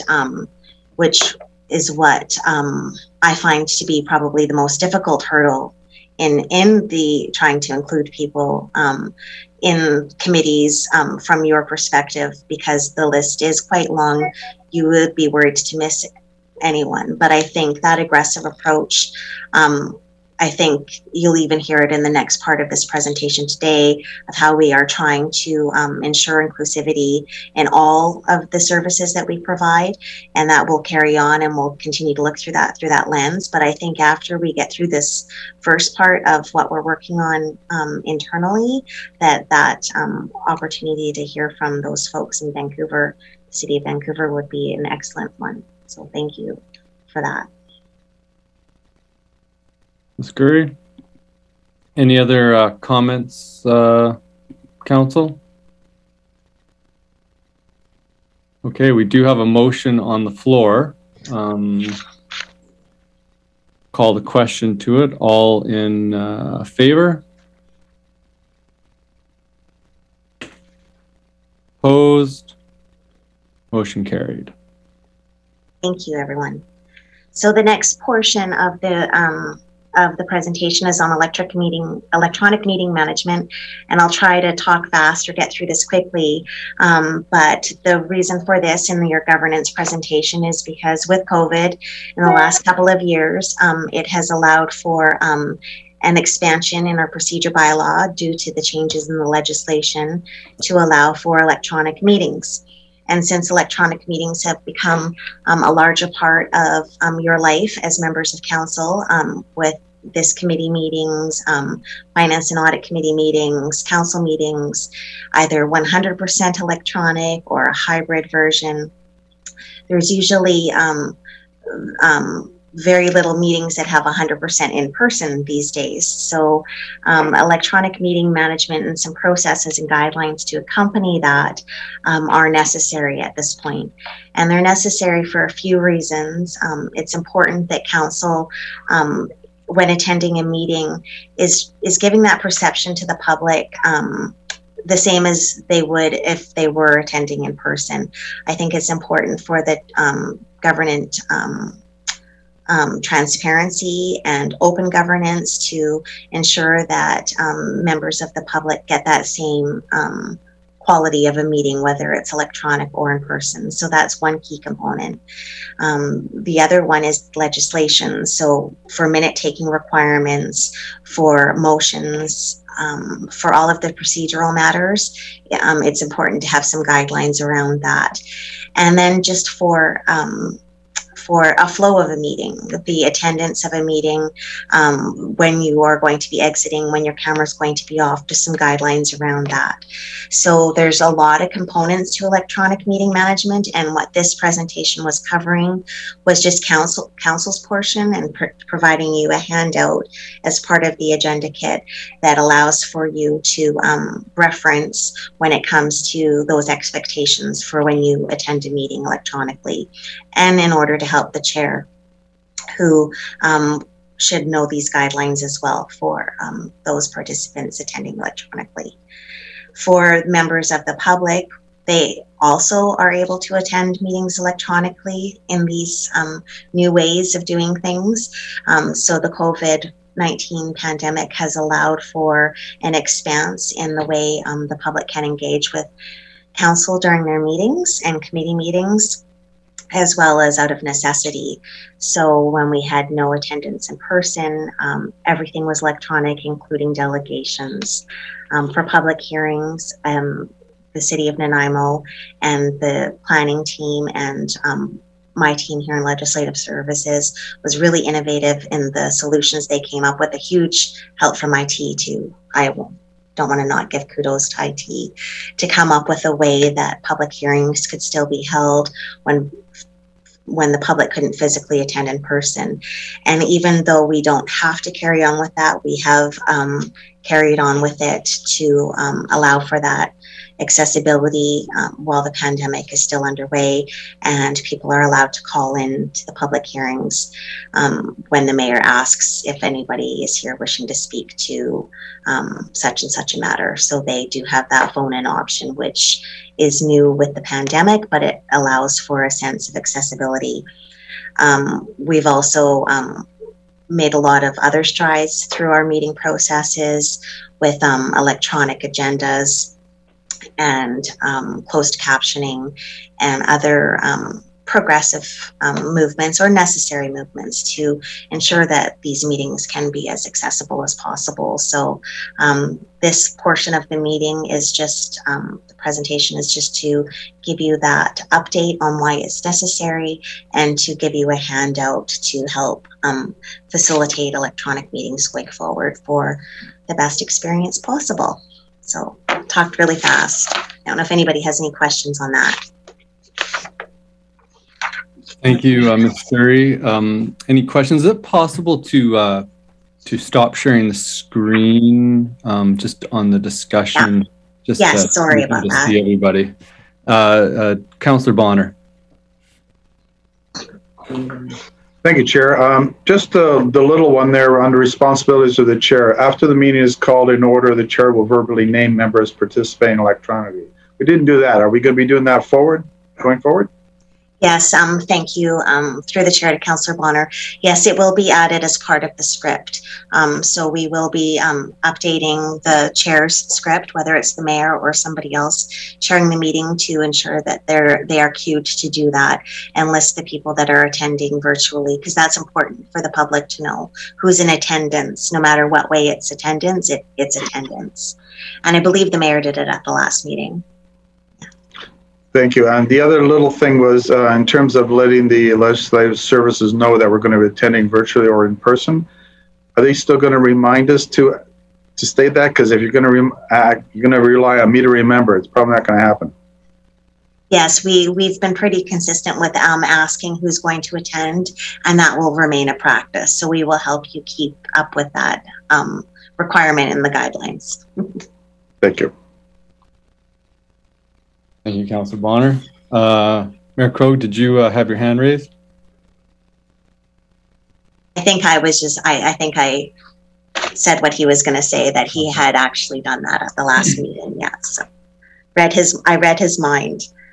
I think that means I'm good at my job. It's an easy read. Great. There we go. So back to the presentation then. Yeah. Yep. Okay. So we went through all of this. These slides just outline the highlights that were on the handout sheet. So then exciting stuff. So the final portion of this governance presentation is on the general election that is happening in 8 months tomorrow, October 15th, 2022. And we wanted to bring this forward to the committee today, as the majority of you haven't been on this side of the election as members of council or this committee, where on this side of the election as sitting members of the council. So I thought it would be important to bring forward a few highlights regarding the election and what it means from a city staff perspective point of view, and what you can expect as councillors from city staff and what not to expect, and answer any questions that you have at this point of time. It's still 8 months away, but it's never too soon, I think, to start preparing. So I just need to move you folks out of my way so I can read this. So this quote comes from training that I have just done through the LGMA on elections, and we've been attending modules and live town halls, and this stuck out to me.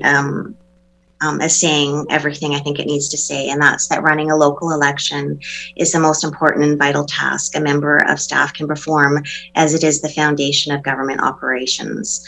So without your election, we don't have government. So it is the actual foundation of all of the operations and everything we do. So the oath I had to swear after you appointed me as Chief Election Officer, and that every election official must swear, is that I will faithfully and impartially exercise the powers and perform the duties of the position. So that means a lot to me as the Chief Election Officer, and to every election officer I think that is appointed here to work the elections at the City of Nanaimo. We have never had any problems with the election, and the integrity and accountability that we have here at the city and most local governments have, I think, is exemplary. So I'm really proud of the work that we do. And just a note that staff do have a fiduciary duty to their employer, and their employer is the City of Nanaimo. And officers that are under the charter appointed and or required to have under the legislation, they have a duty that's even higher to that than just their employer, and that is first and foremost to the council and the organization as a whole. So as city employees, as election officials, as officers of the city, there's that really high level of fiduciary duty, integrity, and accountability that we all have, and makes me proud to be a city worker for sure. So we also have a strong duty to be neutral and not display our views one way or another with respect to the candidates participating that are running in the election, or on any topic that may become an election issue with the candidates. So for example, in 2017, I think we had a referendum on the event center. So staff, and especially me in my role, and election workers weren't allowed to have an opinion one way or another, whether we agreed with the question that was going to referendum or not. With you all running for election in 2018, and those of you that may be running again in 2022, I can't have an opinion or not as to whether I think that's great or not. So I'm very neutral, but very fair, and will do anything I can to help you and any other candidate that is running for election. So it's also important for me to note that any questions that you may have, or any candidates that you know are running, or anybody that has any election questions whatsoever, should be directed to the Legislative Services Department. We'll know the most current and up-to-date legislation and have the most appropriate answers for everybody. So please do not hesitate to send anybody our way. Here's a slide that just outlines some of the milestones that are coming forward with the election. The election work plan has just been drafted, but it is a living document and will be updated regularly. That's just internally. It's got like 1,000 tasks at least on it. The election budget was done during our budget process. So every 4 years, the Financial Services Department does allow for an election budget that's under one of my cost centers. So we have that in place. The election bylaw, we have already checked to make sure that it is in sync with and doesn't contrast the school district's bylaw, which we do need to make sure that happens. So our bylaw is really well written and in good standing, so we're all set with that. Voting places need to be secured, and I'll show you a map in the presentation that outlines the ones that we have secured, but we're still needing to sign contracts, have layout plans, making sure that they're all accessible, and what else to do with the voting locations. Some of them are larger, and the locations have changed due to high voter turnout. The highest voter turnout locations, we have changed that location to make it a bigger one, a bigger location, and we may use 2 voting machines there. Nomination packages for all of you interested in that may be running again, and those in the public. I've actually already had some inquiries. We will have them ready as soon as possible, and it's looking like with all of the forms and packages that will be in July. and at some point into July. And that's also, as soon as those are ready, that is probably when we will be having the candidate sessions. So I don't have the exact dates for that yet, but we will put on candidate sessions like we did prior to the 2018 election. And that allows for current members of council that are running again, or new candidates that are thinking of running, to come and attend to see what being a councillor is really like. And your participation in those are actually recommended, because you have a lot of great advice for potential candidates that are thinking of running, and you all can give your experiences and let those people know what to expect when and if they become elected. Election staffing will be underway during the summer at the latest. Because of COVID and people are having a hard time getting staff, we are starting early with this and going to work hard, because we need about 200 staff to work the election. With that comes staff training, which will be in September. And we are looking at platforms such as Moodle to do electronic training of staff. The voting machines and ballots, we have had our RFP for voting machines close on Friday, the 11th, and we have had a couple responses, so we will be evaluating those. And those machines, we have looked at a lot of accessibility options as well, and ensuring that those are inclusive for all voters. We're looking to have as many voters and members of the public that are eligible voters come and vote at the election. A high turnout is always, it makes it a lot of fun. And then mail ballots, I can see, because of COVID-19 and this day and age, I can see us having an excessive amount of mail-in ballots this year, or this upcoming election. And as well, we'll have a communication strategy. And then the fun stuff, the inaugural council meeting, which is legislated, needs to be in the first 10 days of November. So yours will be, or whoever is elected will be, November 7th, 2022, and followed by new council orientation. So lots of information there. Here is the map of the locations that we have secured and that we will be signing contracts with. So all up and down Nanaimo, from Chase River farthest south to Dover Bay in the north. That is a change from McGurr Elementary. It's a really busy location. So we've secured Dover High School instead, because the gym is larger and we'll probably use a couple voting machines up there, as well as Bevan in the central Nanaimo. We'll use a couple of voting machines there. And we have some other larger Woodlands High School and NDSS larger gyms.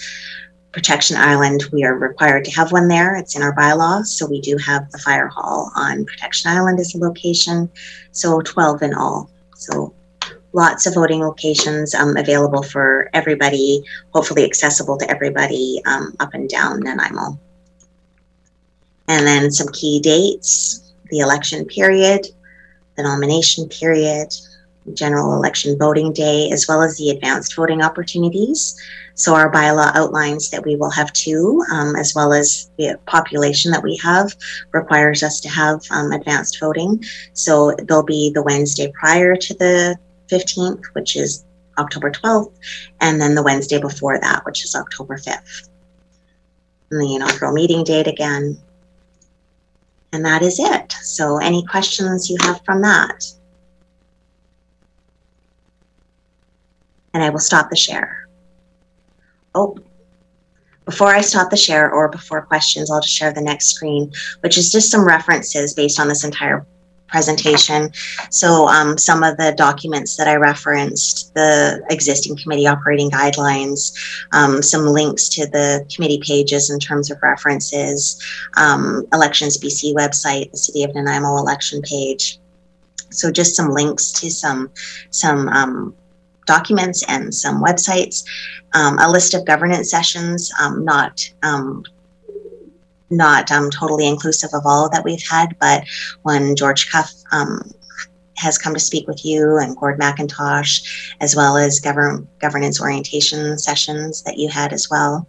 And then some other governance initiatives that we've done, the amendments that council has approved for the procedure bylaw, electronic meeting management that you've undertaken, council voting dashboard. So those are some other governance initiatives, and then links to some previous meetings that we've had on governance as well for you to look at. So I'll stop sharing now and answer any questions you may have.